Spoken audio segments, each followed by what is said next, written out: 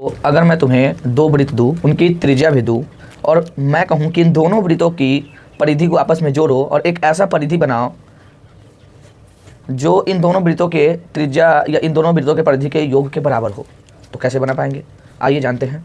सवाल पूछा गया है कि दो वृत्तों की त्रिज्या क्रमशः 10 और 10 यानी कि 19 सेंटीमीटर और 9 सेंटीमीटर है। उस वृत्त की त्रिज्या ज्ञात करें जिसकी परिधि इन दोनों वृत्तों के परिधि के योग के बराबर है। यानी कि हमारे पास दो वृत्त है, एक वृत्त जिसकी त्रिज्या 19 सेंटीमीटर है और एक वृत्त जिसकी त्रिज्या 9 सेंटीमीटर है। इन दोनों वृत्तों के परिधि को आपस में मिलाना है, यानी कि इसकी परिधि हो जाएगी 2πr, इसकी भी परिधि 2πr, लेकिन यहाँ पर r 2 है तो मैं r1 और r2 ले लूँगा और इन दोनों को जोड़कर एक बड़े वाले वृत्त की परिधि आ जाएगी जिसको मैं कहूँगा 2πr और यहाँ पर ये r बड़े वाले वृत्त की त्रिज्या है। तो मैं सवाल में डायरेक्ट कहूँगा कि दिया है त्रिज्या एक वृत्त की जिसे r1 कहता हूँ वो 19 सेंटीमीटर और त्रिज्या एक और वृत्त की जिसे मैं r2 कहता हूँ वो 9 सेंटीमीटर।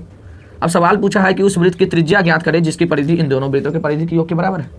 तो प्रश्न से इन दोनों वृत्तों की परिधि का जोड़ जो आएगा वो होगा बड़े वाले वृत्त की परिधि के बराबर और वहां से मुझे निकालना है त्रिज्या।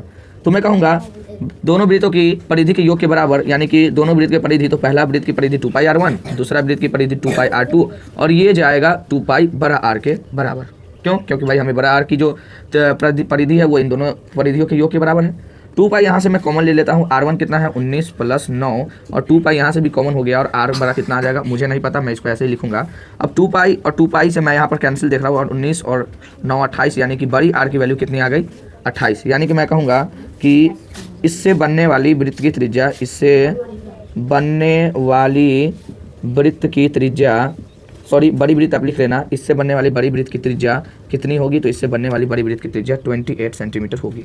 इस प्रकार आप सवालों को बना सकते हैं और फिर इसको आराम से फॉलो कर सकते हैं। मिलते हैं अगली वीडियो में।